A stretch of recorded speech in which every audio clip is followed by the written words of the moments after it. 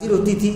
تو یعنی نعوذ باللہ آپ صلی اللہ علیہ وسلم کیا نعوذ باللہ خائن تھے کہ وہ آیت تھی وہی تھی اور قرآن میں مینشن نہیں کیا آپ صلی اللہ علیہ وسلم نے, کسی صحابی کو بدلا دیے وہ, اور آپ صلی اللہ علیہ وسلم کے انتقال کے بعد میں اس صحابی رسول نے وہ بات کو پیش کیا جو حدیث کی شکل میں لکھی گئی بعد میں 200-250 سال بعد, اور ویسی بات جو قرآن کی آیت سے ٹکرائے. ہاں قرآن کی آیت سے میچ ہوں گی تو وہاں سوال ہی پیدا نہیں ہوتا, ہم گلے لگائیں گے اس کو, جیسے جھوٹ مت بولو. کوئی بولتا کہ ایسا ایسا واقعہ ہے حدیث میں. دیکھیے منکر حدیث ہونا بہت بری بات ہے, لیکن جو حدیث قرآن سے ٹکرائیں گی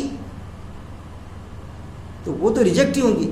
تو کوئی واقعہ کوئی بیان کرتا کہ بھئی ایسا ایسا ہوا, جھوٹ مت بولو, تو ترغیب دی گئی کہ جھوٹ مت مانیں گے. قرآن میں حکم موجود ہے, حکم تو موجود ہونا اس میں. ایسی حدیثیں ایسی چیزیں لاتے جس کا حکم موجود نہیں, تو کئی چیزیں آپ کو ایسی ملیں گی, کئی چیزیں کہ جس کے ذریعے سے قرآن کی آیتوں کو نظر انداز کیا جاتا. یہ بھی ہم نے سوچنا چاہیے کہ آیت سے وہ بات کمپیئر ہوں گی, قرآن کی آیت سے. قرآن کی آیت تھوڑی کمپیئر ہوں گی. اس پر بھی میں نے میرے درس قرآن طویل طور پہ دیا کہ آفیسر کوئی لیٹر دیتا ہے ہم کو آفس میں, جو آفس والے ان کو معلوم ہوگا لیٹر دیا اس نے لکھ کر, اب کوئی کلرک کو کہتا ٹائپ کرو, وہ ٹائپ کر کے لاتا, کوئی دوسرا بابو اس کو کمپیئر کرتا, تو بیس صاحب کا لیٹر رہتا, صاحب کا لیٹر دیکھتا ہوا اور اس سے چیک کرتا اس نے ٹائپ کرا نہیں برابر کیا, جبکہ ٹائپ کرا ہوا تو خوشخط رہتا کمپیوٹر سے ٹائپ کیا ہوا. لیکن آفیسر جو لکھتا گھسیٹی میں لکھتا, تو آفیسر نے لکھا کانسٹیٹیوشن, اس نے ٹائپ کر دیا کنسٹرکشن, تو آفیسر کا تھوڑی چیک ہوگا, اس میں تھوڑی راؤنڈ ماریں گے ہم, اس کیس میں ماریں گے اس میں کنسٹرکشن کیوں لکھا اس میں.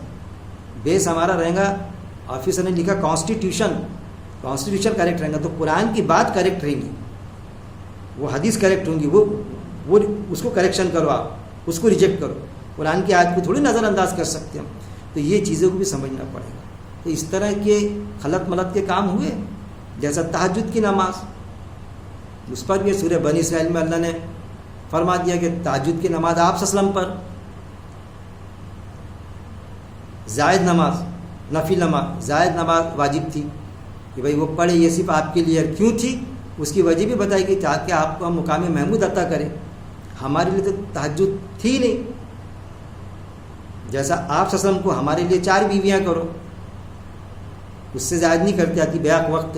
لیکن آپ صلی اللہ علیہ وسلم کے لیے کوئی تعداد ہی مقرر نہیں تھی, کتنی بھی کر سکتے آپ صلی اللہ علیہ وسلم. تو ہسٹری میں ملتا ہم کو 12 کا بھی آنکڑا آتا اس میں فگر, کوئی بتاتے 13, تو ہم اس پر تھوڑی لڑیں گے کہ 12 تھی 13 ہی تھی. ہاں بھائی 12 ہوں گی, لیکن تعداد مقرر آپ صلی اللہ علیہ وسلم کے لیے نہیں تھی. آپ صلی اللہ علیہ وسلم جس سے نکاح کریں گے تو نکاح ان کے رشتہ داری میں کریں گے آپ, یعنی خود کی پسند سے. لیکن آپ کو کوئی باہر کی خود پسند آئی کوئی, تو اس سے اجازت نہیں تھی کہ آپ خود کسی کو پرپوز کریں کہ میں تجھ سے نکاح کرنا چاہتا ہوں. وہ پرپوز کریں گی تو آپ نکاح کر سکتے, لیکن یہ رشتہ داری میں کرو, یہ بھی بندش تھی آپ صلی اللہ علیہ وسلم پر. پھر مہر نقدی پیڈ کر دے, پیڈ ان کیش, اس کے بعد میں ہاتھ لگائے, وہ تھی بندش تھی آپ صلی اللہ علیہ وسلم پر. اس طرح سے تھا نا معاملہ. جو ہمارے لیے نہیں ہے تو کیا ہم آپ صلی اللہ علیہ وسلم نے جیسا کیے ویسا کریں گے, تو ہمارے لیے بھی اتھینٹک ہو جائے گا کیا؟ باندھ دی گیا ہے کہ 4 کے اوپر نہیں ہمارا. تو کئی یہ چیزیں یہ کہ ایسا تہجد کی نماز بھی آپ صلی اللہ علیہ وسلم پر زائد نماز تھی جو بالکل واجب تھی, واجب یعنی بالکل مسٹ تھا ان کے لیے پڑھنا. ہمارے لیے تھوڑی تھا, ہمارے لیے قیام اللیل ہے. لیکن رمضان مہینے میں آپ صلی اللہ علیہ وسلم نے مسجد میں نماز ادا کیے, جو آتا پہلے دن کیے,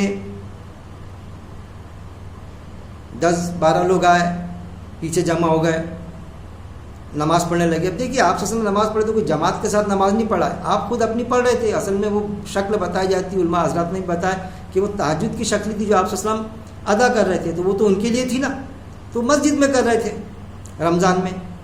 دوسرے دن آئے تو پھر تو دوسرے دن بھی رمضان کے تو وہ 20-25 ہو گئے جمع. تیسرے دن جو آیا تو 50-60-70 کا ایسا جو آتا اس میں وہ مجمع ہو گیا. صحابہ رضی اللہ اجمعین پیچھے اپنی نماز پڑھنے لگے. اس میں یہ نہیں آتا کہ وہ نفل نماز ہے تو اس کو جماعت کے ساتھ پڑھائی کہ آپ صلی اللہ علیہ وسلم نے اپنی پڑھ رہے تھے. جو آپ صلی اللہ علیہ وسلم نے محسوس کیے کہ یہ تو مجمع بڑھتی جا رہا, تو اس حدیث میں یہ آتا کہ کہیں یہ ان پر بھی فرض نہ ہو جائے, اللہ فرض نہ کر دے, واجب نہ کر دے. تو آپ صلی اللہ علیہ وسلم نے 34 دن سے پڑھایا نہیں پھر اس کو, اور پھر کسی رمضان میں ویسا اہتمام نہیں کیا. تو اصل میں آپ صلی اللہ علیہ وسلم کے لیے جو مست نماز تھی وہ تہجد کی شکل تھی، اور جو باقی پڑھ رہے تھے وہ قیام اللیل کر کے تھی، لیکن وہ بھی پیٹرن نہیں چلایا آپ صلی اللہ علیہ وسلم نے اس کے بعد میں.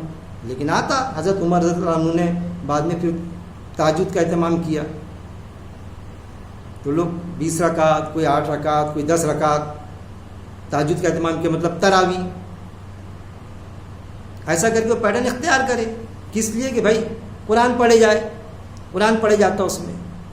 پھر آپ صلی اللہ علیہ وسلم کا یہ بھی ارشاد ہے کہ اچھی بدعت یا بری بدعت اس کا ٹھکانہ آگ ہے. یہ بھی چیز ہے، یہ بھی چیزوں کو سمجھنا پڑیں گا ہم کو.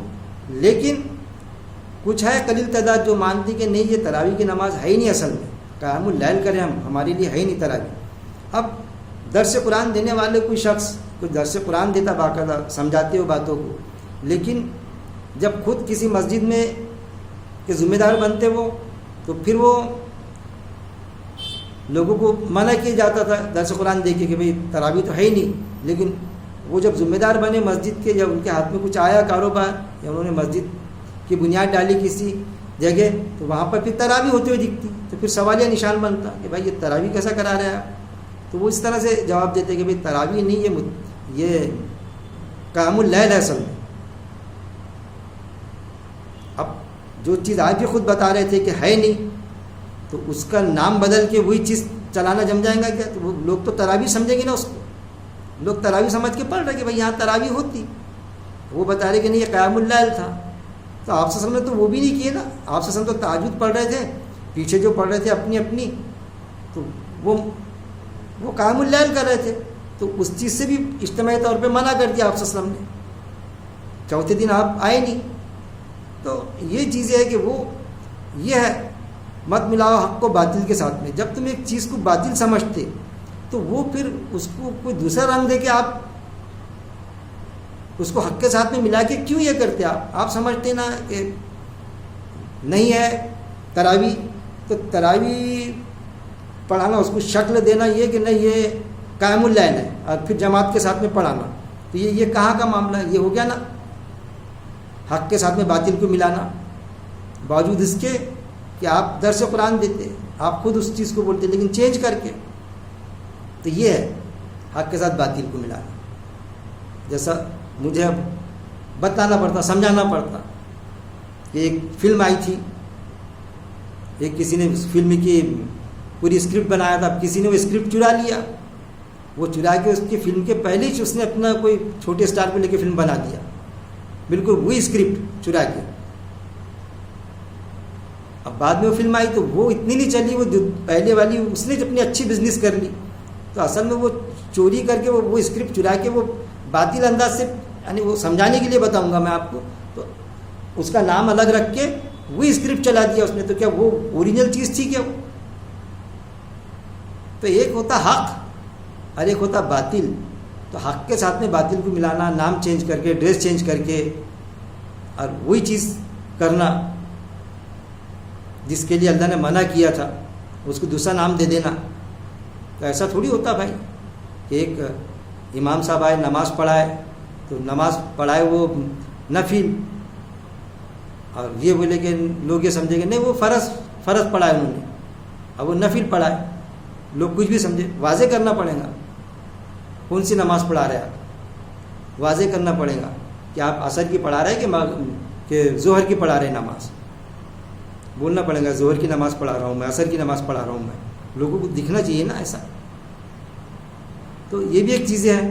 تو ایسی کئی آپ کو مثالیں ملیں گی خلط ملت کرنے کی، بہت ساری مثالیں ہیں، دینے کو ہم بیٹھے تو کافی دے سکتے. بس اللہ سے ہم یہی دعا کریں گے کہ ہم